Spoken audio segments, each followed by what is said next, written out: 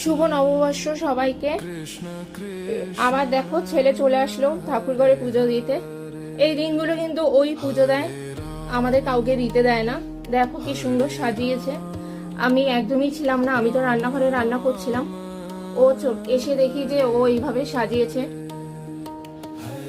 দেখো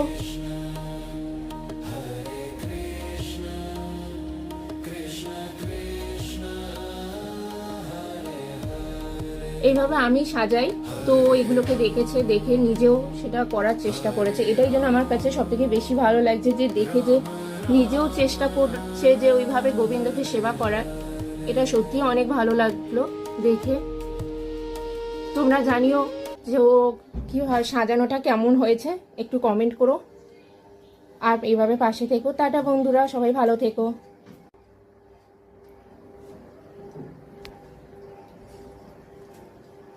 কিছু বল, একটু কিছু বল।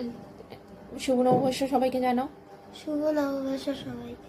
দেখেছো ঘেমে টেমে একাকার কাণ্ড হয়ে গেছে একদম। আর একবার দেখি মুখটাকে ক্যামেরার সামনে, এই যে টোটালি ঘেমে গেছে।